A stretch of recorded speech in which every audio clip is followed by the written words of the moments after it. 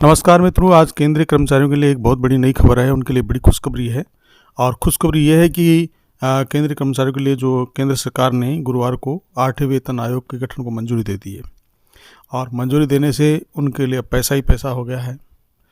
यानी कि जो सिफारिशें हैं वो 2026 से लागू होंगी।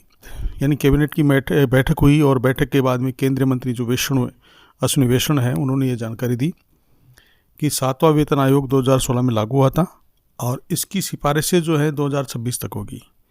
यानी कि जो 7वां वेतन आयोग है, पे कमीशन है, वो 1 जनवरी 2016 से लागू होकर के 31 दिसंबर 2025 तक रहेगा। इसमें करीब 1 करोड़ लोगों को फ़ायदा हुआ था और वेतन आयोग हर 10 साल में लागू किया जाता है। तो अब है कि जो मोदी सरकार है, उन्होंने 1 जनवरी 2026 से 8वां वेतन आयोग लागू कर दिया था। इससे केंद्रीय कर्मचारियों का न्यूनतम वेतन और पेंशन में वृद्धि होगी, तो काफ़ी फायदा होगा। तो आइए जानते हैं कि 8वें वेतन आयोग के तहत क्या फ़ायदा होगा। सैलरी बढ़ने से पेंशन में कितनी बढ़ोतरी होगी।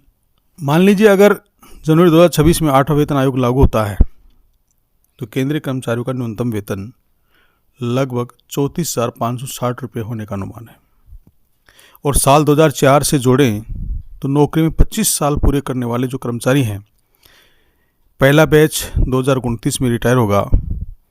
तो ऐसे मान लीजिए कि अब 8वां वेतन आयोग जो लागू होने के बाद लेवल 1 के जो कर्मचारी हैं, उनकी बेसिक सैलरी 34,560 रुपये होगी और इसकी 50% रकम यानी कि 17,280 रुपये।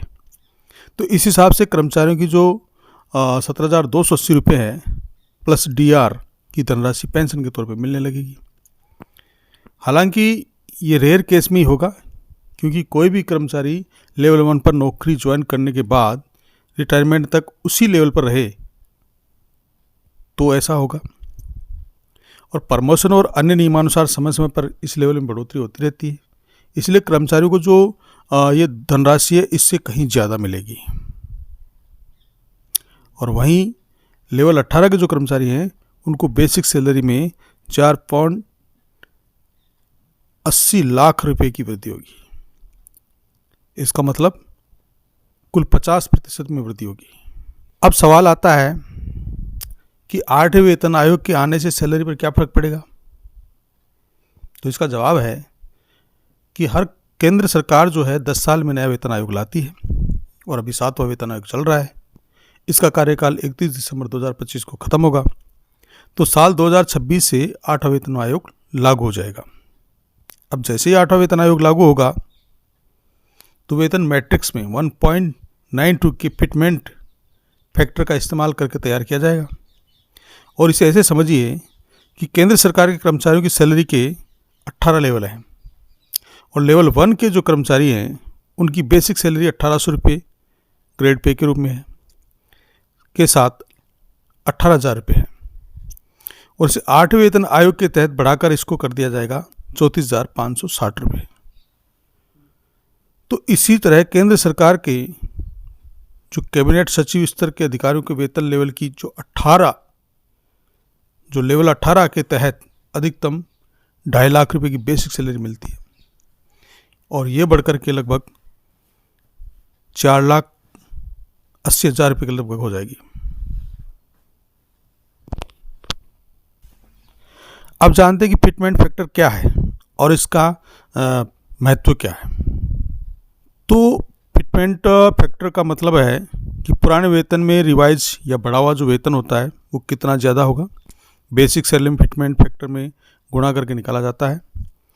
यानी कि 7वें वेतन आयोग में इसे 2.57 तय किया गया था, जिसका मतलब है कि कर्मचारियों का नया वेतन पुराने वेतन से 2.57 गुणा हो जाएगा।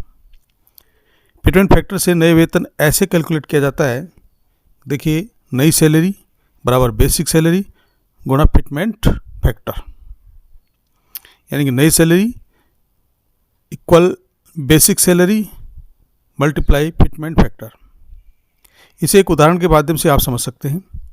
मान लीजिए किसी कर्मचारी की बेसिक सैलरी 10,000 रुपये है और फिटमेंट फैक्टर 2.57 है, तो रिवाइज सैलरी होगी 10,000 मल्टीप्लाई 2.57 इक्वल 25,700 रुपये। अगर 8वें वेतन आयोग के फिटमेंट फैक्टर को बढ़ाकर 3 या उससे ज़्यादा किया जाता है, अगर इसे 3 किया जाता है तो कर्मचारियों की बेसिक सैलरी लगभग 43% बढ़ जाएगी, यानी 43% जो है इनकी सैलरी बढ़ जाएगी।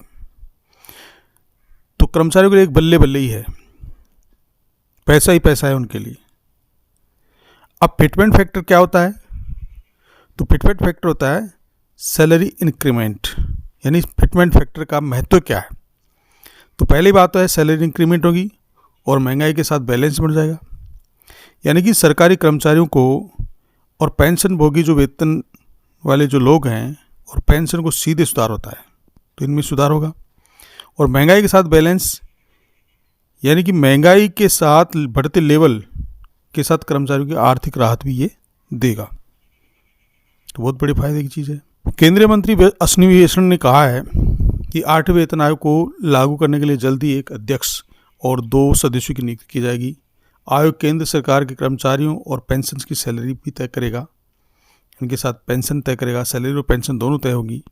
तो इस प्रकार से ये एक बहुत बड़ा लाभ है केंद्रीय कर्मचारियों के लिए, जो उनके जीवन में बहुत बड़ी ताजगी और आनंद की अनुभूति कराएगा। तो आज के लिए इतना ही। ऐसी ही नई जानकारियाँ प्राप्त करने के लिए हमारे चैनल को सब्सक्राइब कर लें, ताकि आपको आने वाला हर नोटिफिकेशन मिलता रहे। और जानकारी कैसी लगी कमेंट बॉक्स में कमेंट करके ज़रूर बताएं। आज के लिए धन्यवाद, नमस्कार।